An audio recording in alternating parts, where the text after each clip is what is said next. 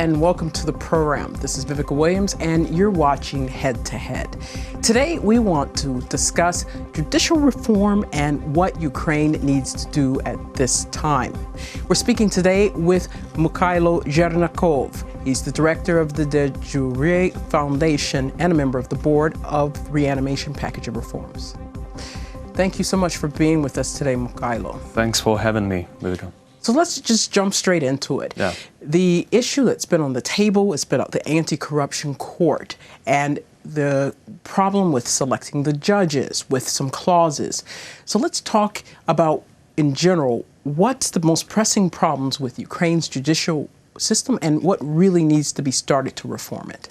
Right. The very necessity to establish the Anti-Corruption Court tells us that there's something wrong fundamentally with our justice system, because if it wasn't, then there wouldn't be any need to establish a separate institution to fight corruption or to consider the cases that NABU and SAPO, the National Anti-Corruption Bureau and Specialized Anti-Corruption Prosecution, are working on. I think they sent more than 140 cases to the courts, but they're pending there. Practically nothing happens. Absolutely. So yeah, the justice system in Ukraine, the courts in Ukraine are still very old, unreformed, in many cases corrupt, inefficient, and that is something that has to change. So even when we have changes, say, for example, a new national police issues here, this doesn't really settle the problem, deal with the problem in which the core of the justice system are the judges. Exactly. So we created a number of new justice institutions, investigative institutions, first of all, but then, it all goes to courts and then to old, unreformed courts, and then it dies there. So in order to have finally the full infrastructure, the anti-corruption infrastructure, we have to have a functioning anti-corruption court that will finally bring justice and finally will consider these cases properly. Why we did not arrive to this point earlier? Because we were having judicial reform in Ukraine for about 2.5 years now already, if we count the constitutional amendments. If we start from the very beginning, from the Revolution of Dignity, it's already 4.5 years we're in a transformation of the Ukrainian court system, and it unfortunately did not yet bring the necessary result. First of all, the Supreme Court that's been established was a very good idea to establish a new institution from scratch and to open the doors for the practicing lawyers and the scholars, not only the old judges, to participate in an open competition. But unfortunately, the judicial governance bodies did not do their job properly, and they selected the judges there who are predominantly not the old school. Still are quite old school judges. Not without the exception of a few good, open-minded judges who are trying to establish, who are trying to bring new practices to the court, but still it's there.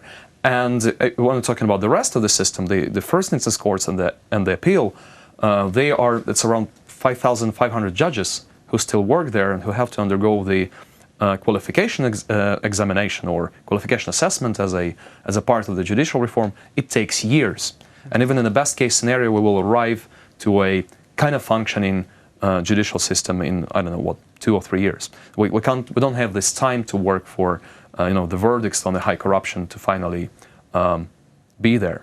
So that is why we need anti-corruption court, and most importantly, while selecting the judges, and everybody was unanimous about this. The Venice Commission, the IMF, the other international partners, the civil society of Ukraine, the experts who worked on the bill, they said that the selection of judges cannot be put in hands of these old-style judicial institutions.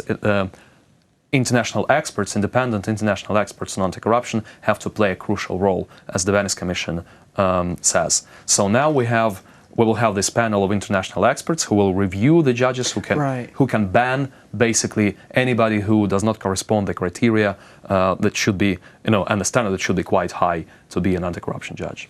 So do you see that this could be an example that could help Ukraine reform its judicial system? Because we see there is all of this focus on the anti-corruption court, but that doesn't fix the system and where we see most of the cases. The anti-corruption court will address the major issue of corruption in some ways that the international community is concerned about. But when it comes to everyday judicial services that serve the people, what's going to really push the government to make these necessary changes? Well, first of all, the establishment of the court itself will be a step forward. Let's hope that everything will go all right and the judges will be good and the court will be operational. It will be a huge step forward. Basically, we'll close this last missing link in this anti-corruption chain or this anti-corruption infrastructure, and we finally will have verdicts. Second, it will be an example that we in fact can create a good court. We can change the judicial governance in a way that we here can select among Ukrainian lawyers, who we have many, and among whom there are many good lawyers, many exceptional, really looking for absolutely changes. ready to be anti-corruption judges. We will show that it actually can function in Ukraine, because lately there's a lot of discourse in terms of why judicial reform is not happening, and a lot of people say it takes yes, it does take time, but practically many say that it's either Ukraine doesn't have enough good lawyers to change the whole system, or the selection procedures are have to be according to the European standards, and that doesn't allow for a quick transformation. So there's a myriad of arguments why we cannot do that. Yeah, but with an example of NABU, National Anti-Corruption Bureau, we could say the same with the investigatory system. But we have NABU now, and it works greatly. And we did not expect, when we as civil society designed NABU and when we pushed it through, we did not expect such a great outcome. Because why did it happen so? We had very good selection procedures. We had very good motivated people who came there to compete for the positions. We have a very good leadership of the bureau. We have a very good legislative framework for it to work. So all these things, if we put all these things in place, then of course the same experience can be transferred to the formation of the court, and not only anti-corruption court, but to any court. If we see that this system works, when we take it from the old cast of old judges and give it to somebody who really cares about objective, transparent selection, then it is exactly the recipe to reform the other courts, or rather to build new courts instead of the old ones. And one last question for you.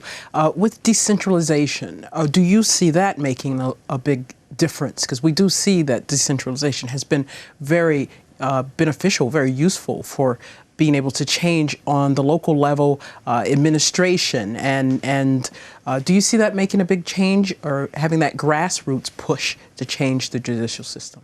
I think it is a very good example of a successful reform. First of all, it is not finished yet, but it goes quite quite fast and quite well. First of all, second, we decentralized also the country financially. So lots of, I think, more than 60 billion hryvnia in the last couple of years. It went to the local budgets instead of staying in the center. So it is a good anti-corruption measure, but also to control. It is very important to control this money, the procurement, how we spend this money on a regional level. That is why it is very important to also have courts and justice system in the regions that is capable of fixing the problem if such arises. So yes, of course it can be a vehicle for judicial change in the regions as well. This is great. So this is what we hope to see, and we're going to look forward to seeing where this goes. Absolutely, yes. Thank you so much for being with us today. Thank you very much, Vivek. Thank you. And that was Mykhailo Zhernakov, the director of the Dejure Foundation and a member of the board of Reanimation Package of Reforms. Thank you for watching, and stay tuned with UATV for more great programming.